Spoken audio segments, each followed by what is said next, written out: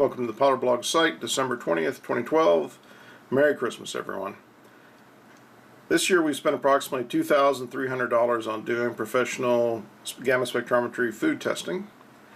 And our most recent test that we're reporting on today is the discovery of radioactive black walnuts here in Missouri from bottomland out of a playground.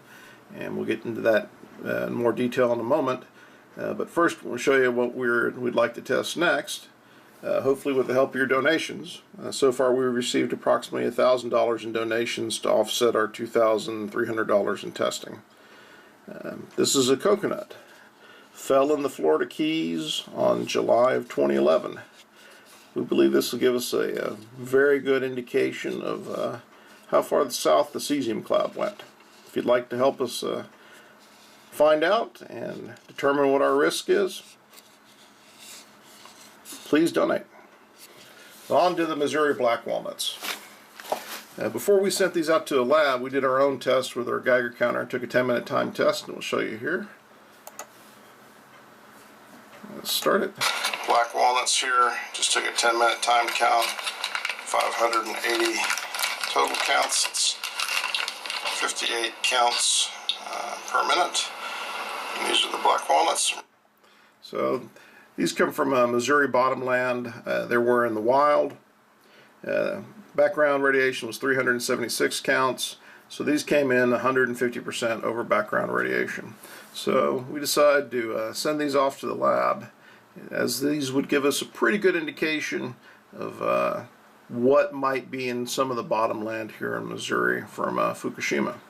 The good news is there were no detections of heavier radioactive man-made compounds like cesium-137 or cesium-134.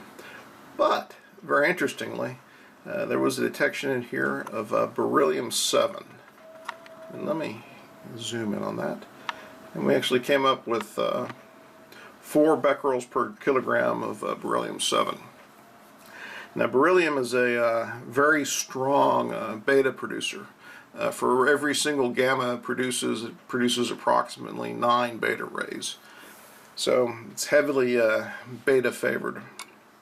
Now, one thing that no one else will tell you about beryllium-7 is that it is possible that it comes from Fukushima. The methodology to get it from Fukushima to here would be the spallation of nitrogen via the corium. Basically neutrons or protons coming out of the corium, slamming into either liquid nitrogen or gaseous nitrogen pumped into the containment. This would produce beryllium-7.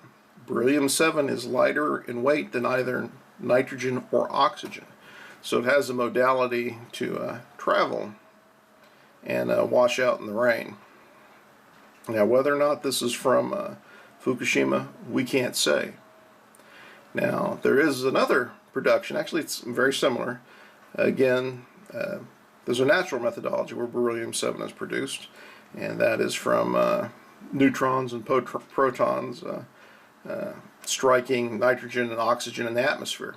Typically, it's from a coronal mass ejection. This is a well-known productive capability.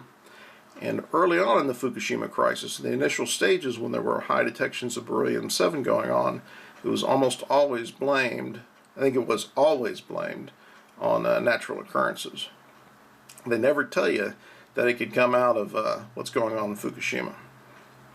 Now, as far as this is concerned, we believe it likely to be from coronal mass ejections, at least the majority of it, just because there have been a lot of those going on, and because there's been a drought in Missouri. And just to make the video quick, we suggest if you want more detail, read the Show Me or go to the Potter Blog site. But we've reduced our risk mitigation,